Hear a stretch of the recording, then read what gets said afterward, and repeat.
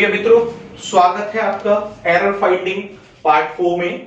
मैं सुभाष शर्मा लेकर के चलता हूं एरर फाइंडिंग पार्ट 4 की तरफ। और इसमें आज का जो हमारा पहला यहां पर सेंटेंस दिया है वो दिया है कि you must either inform the police else be prepare to suffer any loss. देखिए यहां पर उसने कहा कि यू मस्ट आइदर इन्फॉर्म, या तो आपको इन्फॉर्म करना चाहिए पुलिस को, और यहां पर be prepare to suffer any loss. तो हम यहां पर जो ये एल्स दिया है पहले वाले में, एल्स मींस भी होता है। आपको पता है कि जब हम आइदर का प्रयोग करते हैं तो उसके साथ हम कंबाइंड रूप में क्या लेकर के आते हैं, और लेकर के आते हैं, ना कि एल्स। तो हमारा यहां पर एल्स के स्थान पर क्या होना चाहिए, और होना चाहिए। या तो आपको पुलिस को इन्फॉर्म करना चाहिए या लॉस सहने के लिए तैयार हो जाना चाहिए। फिर कहता है वो बहुत हरी एज वेल एज, उसने कहा बहुत हरी, यानी कि हरी के साथ साथ, यानी कि कौन, his wife are determined to bring about some changes in the plan. देखिए हरी के साथ साथ जो उसकी पत्नी भी है, उन्होंने भी निश्चय किया है कि वो प्लान में कुछ चेंज करेंगे।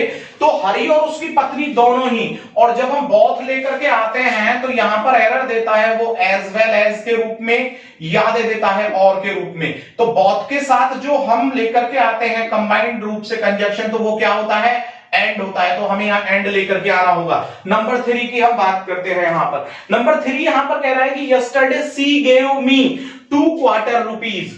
कल उसने मुझे 2.25 रुपए दिए, और थोड़ी ही देर बाद इन अ मोमेंट, एक ही क्षण में, आई रिटर्न हर 2 रुपीज। कल मैंने उससे 2.25 रुपए लिए और एक ही क्षण में उसको 2 रुपए वापस कर दिए। तो जरा देखिए यहां पर जब उसने कहा कि 2 क्वार्टर, क्या लिखा, 2 क्वार्टर, तो इसका मतलब है 2 क्वार्टर।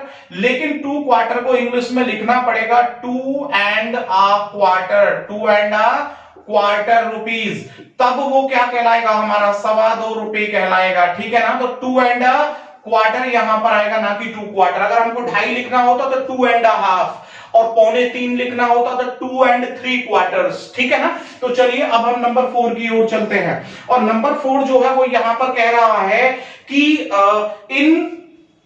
अब यहां कह रहा है कि यस्टरडे सी गेव, हमने करा दिया है। इसके बाद कहता है कि in a history of Indian rulers, in a history of Indian rulers, यानी कि कोई इतिहास इंडियन रूलर्स का।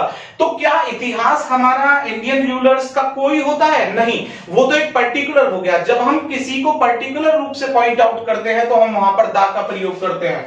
तो जो उसने यहां पर कहा है इन ए हिस्ट्री नहीं होता है इंडियन रूलर्स का, वो तो स्पेशल हो गया इंडियन रूलर्स का हिस्ट्री।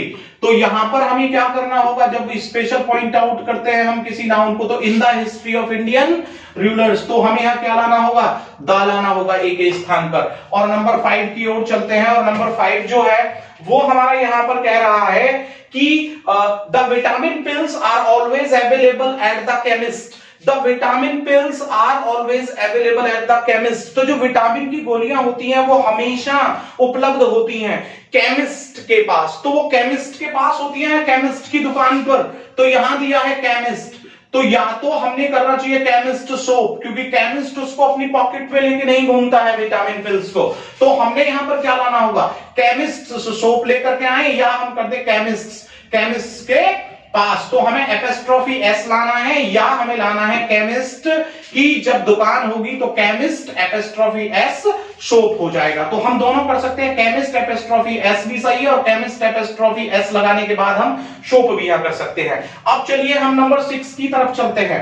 और जब हम नंबर 6 को देख रहे हैं तो यहां कह रहे हैं कि the finance minister बोस्ट्स of improving the value of economic condition of the countries. तो जो फाइनेंस मिनिस्टर है वो शेखी बगाड़ता है, बोस्ट करता है कि वो इंप्रूव कर रहा है जो वैल्यू है हमारे किसकी वैल्यू, यहां पर economic condition of the country.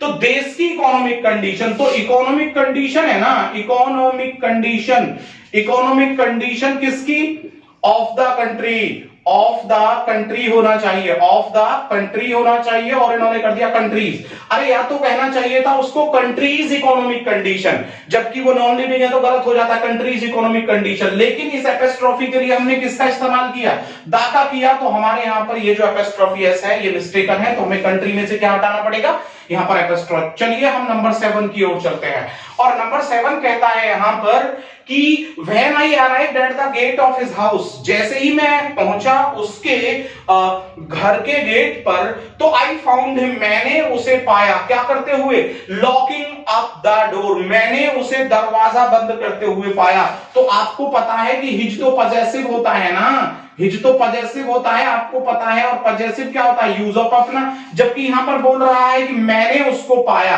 तो किसको पाया, उसका और इसका ऑब्जेक्टिव केस जो होगा वो क्या होगा, हिम होगा। तो हिज के स्थान पर आपको क्या लगाना होगा, यहां पर हिम लगाना होगा। तो आई थिंक दैट आप इन 7 एरर्स को भी बहुत आसानी से समझ गए हैं और जल्दी ही मैं नंबर 5 एरर पार्ट लेकर के आपके सामने उपस्थित रहूंगा। तब तक सुरक्षित रहिए और चैनल को शेयर करते रहिए और आगे बढ़ते रहिए हमारे साथ। Thank you.